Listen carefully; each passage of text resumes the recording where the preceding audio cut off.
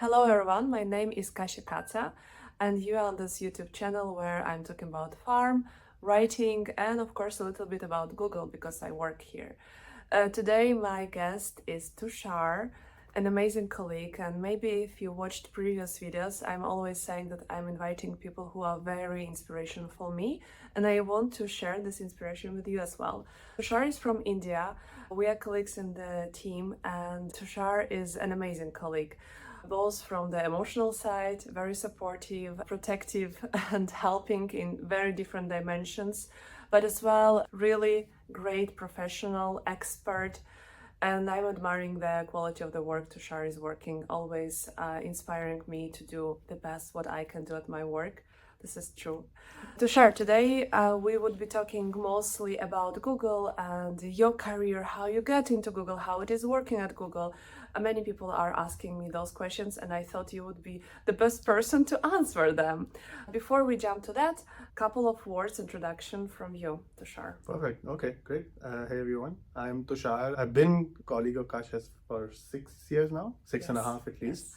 Yes. One of my longest colleagues, by the way, my oldest colleagues, even though we've never been in the same office physically all the time, but I think we've been in the same team. So I'm a very dear colleague of mine. I'm originally from India. I'm from Delhi in India.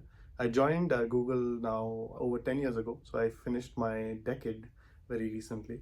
I didn't even realize it's been a decade. I can totally imagine, like yesterday, the day I joined. I started off in the office in Hyderabad, and I moved offices within India once to Gurgaon, and then I finally moved to Dublin, which is where I am right now, nearly 6.5 years ago. And yeah, it's been an amazing journey, to be honest. I think I've seen it's growing, like Google as a company as well. It's like a person, like it's growing, and every decade it has something new to it, like every us as human beings. And yeah, so a bit about my background, if should I talk about my background? Let's start. Yeah. That would be my next question. But Okay. let's start from your background. My background is Google. Okay, well, before that, no, you were no. born, you were a boy. What was the education? So I'm one of the people who say this, that Google was my first job, and it was. No, but I actually studied journalism and mass communication. And one of the reasons I did that was because I would get intrigued by advertising. And it was one of the subjects I studied in my bachelor's. And it's funny because I tell people that I am actually working in ads. The last 10 years, I've worked in advertising. Of course, not the same way, not the advertising we all think about. I know when we were growing up, the advertising that we think about is the TV show Mad Men and the stuff about making ads. So I've been on the other side, where on the Google side, I've been working on tools where ads are sold, rather. So yeah, I studied journalism, and it wasn't something I wanted to pursue on its own, but advertising was something. I am one of those few people who, I say this because I know a lot of people do end up going and doing masters before they join big tech companies like Google. I've actually not done any masters myself, so I'm someone who did join the company right after my bachelor's, and one of those people who told himself that I'm going to work for a couple of years and then do a master's. And it's 10 years now. I still keep telling myself a couple more years and maybe we think about it. But yeah, it's one of those things that I also tell people, that education is great and it's important as well for you to learn something new, but it is not the prerequisite, first of all, for joining a company like Google.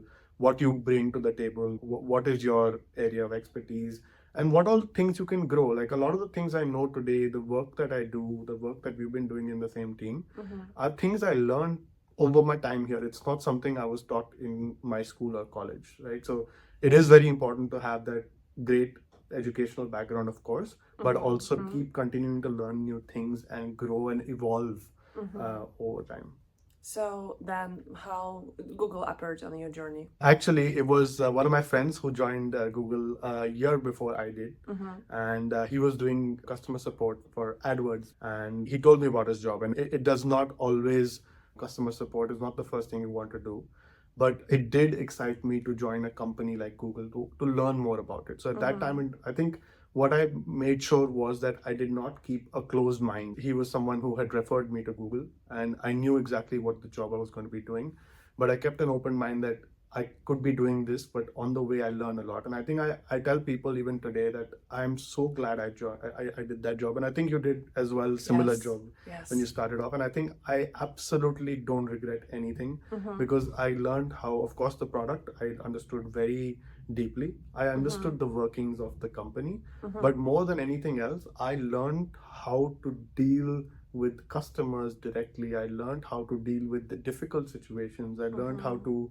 navigate in ambiguity. And I know these are very cliche and very hot keywords that I'm using, but it's absolutely true that I felt like that basic, the foundation set was amazing for me. And I still use so many things I learned in my first 2 to 3 years, even today. Do you think it's still applicable today for young people, young professionals? Just going to the basic kind of customer support, learn the basics, and then, or something has changed? I think the opportunity, the kinds of opportunities may be different. Like I know that, for example, the role that we both had started in back in the day does not exist in that same form. Yeah. But I think there are more entry-level work roles that are available and across the board. Like I'm not talking very specifically about ads, but I think in any kind of company or different kind of role it works as well. You have the various different entry-level roles. I think what the more important point here is that whatever work or field you're in, don't think especially at an early stage, don't consider any kind of work small or big. Because I know a lot of people who even started doing the same work but left within 6 to 12 months saying, nah, this is too small work for me. I'm way above this kind of thing. And I felt like at that moment I could not relate with them. But funny enough, I can't relate to them even today because I'm like, I had nothing. Like I knew nothing at that moment in time. I didn't know anything better. So for me, someone paying me as much as they did for that time, and I remember Google used to pay even then, even for a small job, it was still paying slightly more than another similar company. I'm like, you're paying me so much to do this much? I'm happy. Think of it this way. I think you have to switch. Sometimes it is difficult for you to think of it positively, but just switch it around. Just think about it. Okay, so you're getting paid and you're learning so much from the job that you're doing. I couldn't think of a better win situation than that. I feel like it's being scripted, but it's not. Because my next question is, again, I see Tushar every day. I know how positive is Tushar. And my next question is like, Tushar, how do you stay always that positive for so many years and never getting burnout? But this is just amazing. You are doing, let's say, for someone outside, the same repetitive stuff. But as I'm colleague, I'm observing Tushar, I can confirm that there is a word that making something repetitive, but you can make it as art. This is what you are doing because you always find something to improve, and I know there are so many things you have improved in our team. So what is your remedy? I think one of the things, of course, it looks like I'm very positive. I'm very positive, but I think everyone has their highs and lows, and so do I. So I think what's important is to embrace them. You've caught me on a good day. Honestly, I'm in my highs right now. A couple of weeks ago, I would be like, all 10 years I was seeing you. I was complaining about something or the other. Like if you were here 1 week ago, you would have heard about everything that is going wrong. My house has some problems. I fell down. I hurt myself. There were so many things, but I think it's always important to come back from it, right? And I think that's my main motto is to look at the bright side, try to find whatever makes me happy. Sometimes it doesn't work. And I think that's also important to note that sometimes you will feel, nah, nothing is working out. And the best part there is to embrace it. Call it out, speak about it, speak to someone you like, speak to yourself. Everyone has a different method to everything. But I think in terms of work, how to get rid of that repetition, I think also try to keep exploring and finding what. One of the things I tell myself, so I can explain a interesting way when we join. So one of the things at Google, is that we have like internal portal where we can see each other's profiles of who's working in what team and etc. There is one thing in every Google profile, and this has been there for 10 years. You can put a mission statement. Now, every human being, like we've always heard, oh, companies have human mission statement and teams have human mission statement, but individuals, employees have a mission statement. That didn't make sense to me, but I saw that people put anything there, and that was like a really cool thing for me. My mission statement has been exactly the same for the last 10 years. And it is, there's always more. And I really go by that. Because while something is working as it is, completely working fine and steadily, always try to look for, there's something more that you can do. What is it? It doesn't have to be too big. It has to be small, anything small that you can change or improve things. And it requires you to reach that space where you're very good, or your expertise in something is great, that you're able to identify that small changes in something, right? One of the things I really like telling myself, and it's, well, again, sounds very cliched, but I always tell myself one motto that I always stick by is under promise and over deliver. And that's to anyone and even yourself. Under promise to yourself. Okay, today I'm gonna walk 100 steps. When you walk 1,000 steps, Nice. you've over delivered. Like, just an example. Yes. And it always works. And this works with customers. I've always said, I'll be like, even if I know I can solve their issue in 2 hours, I'll be like, Yeah. I'll get back to you in 24. Okay. When you do something like that, it helps. And you won't believe it, it's human nature. So when you do this to yourself, even though your conscious mind is like, yeah, of course, I'm fooling myself. No, you're not. You always end up delighting yourself as much as you would delight someone else when you're doing it. So that's the two things that go with in any instance or any kind of It situation. really hits me. I was doing this kind of strategy, but not maybe to myself. But I was always on the safe side, not to over promising, but like under promising. But thank you, Tushar. It's like something. Again, in this video, it's not only for someone, but as well for me. I'm learning always in this video a lot of things. Same for me, always. I'm always learning, and I think I've called it out so many times to you as well. Like, I feel you called out a very important point, not only professionally but emotionally as well. I think if we're all, even as colleagues, we support each other emotionally. That's more important than professionally. Anyone can help each other. There are resources to help each other, but I think more from a human connect point of view. Exactly. I think that's the most important connection. Community, building the community, not being just a regular person and corporate. One of my motivation was, I was thinking the community we built and friendship we built over the years. Also, some of all of them are my friends. Some may be closer, some may be further, but still friends. I thought like it's such a beautiful way to share with the world regarding that this is possible. This is the way, no matter what other conditions around, you can still control your actions and how you are building this community. And again, if you are even in corporate, you can't be true or whatever. You could be. It's your choice. Absolutely. As a human. Good. We move then to the next kind of question, covering what was the past, the current, what is the future, Tushar, or how do you see the future in terms of career development? If you can share your vision on yourself, your recipe, and a little bit overall direction of the tech industry, where it's the best to invest right now. So I think for me, like I said, like the company has evolved so much ever since I've been here around, right? Like I joined the company that everyone heard about, the cool office, the new trends in the office and things like that. And to be fair, it was true. I'm not lying. It is something that was very unique. And now a lot more companies have actually taken notice and have done similar things that Google perfected back in the day. So that's great. It's a trendsetter as a company, right? But also people keep complaining that Google is not the same anymore. I agree and disagree there. I agree it's not the same anymore. But I don't agree that it's a bad thing. Like I said, the company has evolved. When I joined this company, it was 15 years old. Today it's 25 plus, right? By the time I was 25, I did not do the exact same things I did when I was 15. Did anyone say, you know what, you've changed, it's not nice. You're not like the 15-year-old who used to wear baggy jeans and long hair or unkept hair. But no, it's like that. And I think everything has a good time and stage for everything. And at this moment, it's a very mature company. It has a lot more employees. It has a lot more responsibility in the society as well. So I don't mind a lot of the changes, even though they might not be the nicest for like someone who wants to stay in the past. And I'm someone who loves to stay in the past, but there are certain things you have to change, right? Similar to what we discussed before, that change is great. Sorry, constant is great, but change is the only constant, honestly.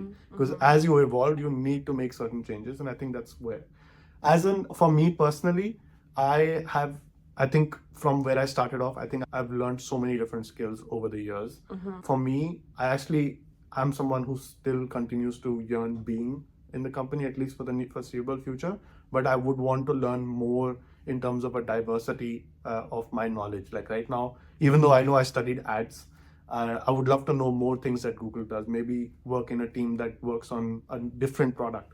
Google has so many products in today's world. I'm a big geek when it comes to the technology or the gadgets that Google comes up with. I do wish at some point in time, even though I'm not an engineer, I would love to work on teams that work on those products. The moment you tell anyone I work for Google or a tech company, automatically switch and think you're an engineer or someone working in tech. But that's not true. I don't have an engineering background, but I'm still pretty technical in my particular team. And you don't need to have a technical background to work at Google.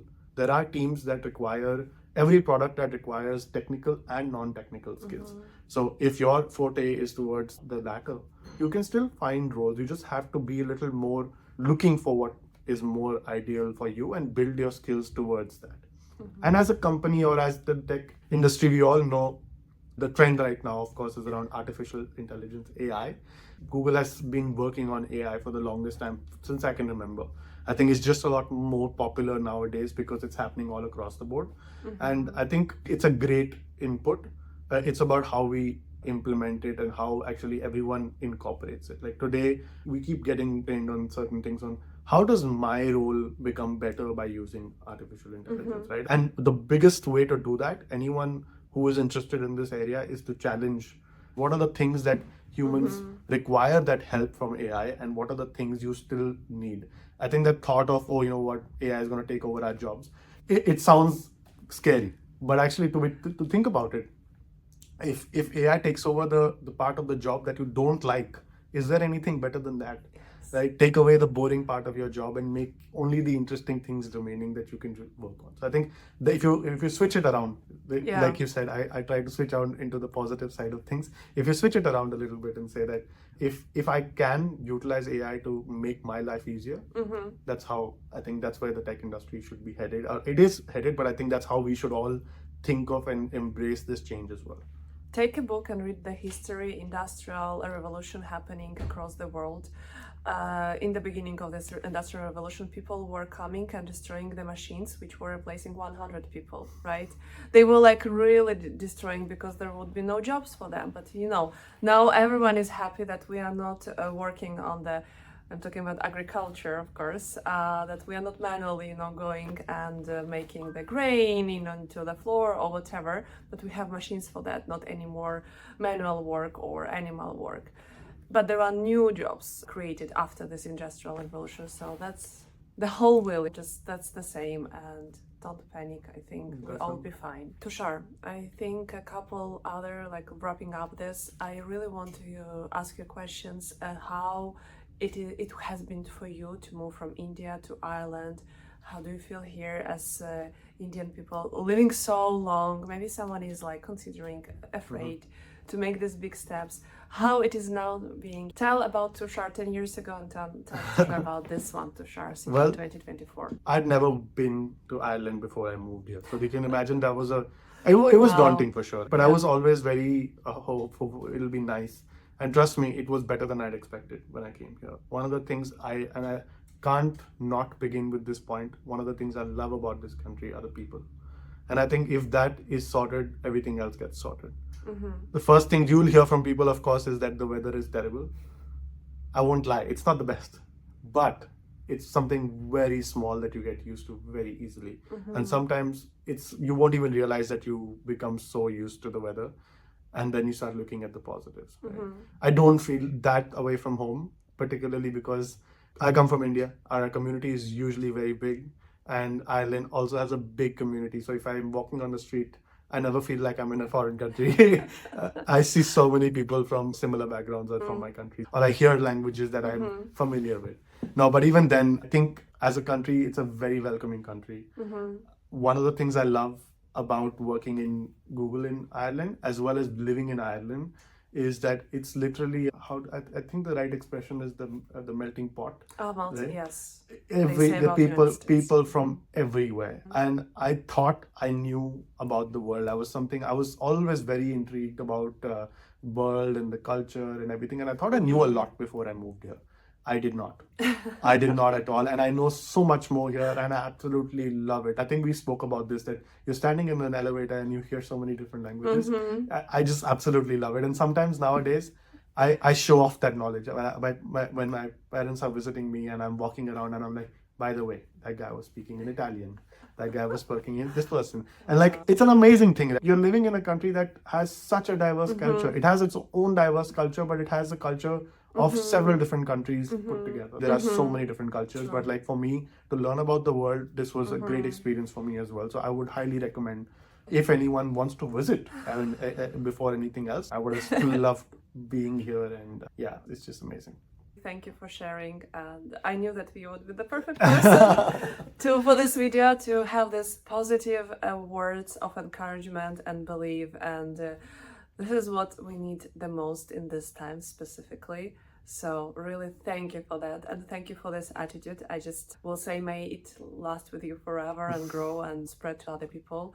That's my wish. Tushar, any other wishes or words of encouragement to people listening to us? Like I already said, under promise and over deliver, but also always normalize being above average. All right, I always tell my people tell me like, what do you go by? I was like, I'm just gonna be above average. People, how were you in school? I was above average. And in a way, you look at it, I am under promising. When I tell people I'm above average, they're not expecting a lot. And if I do anything slightly above that, over deliver right away. So that's how Secret sauce. Oh my gosh. Yeah. That's very smart. Okay, good. I'm implementing all these advices now into my life. Thank you so much for watching us. Have a good day. Bye.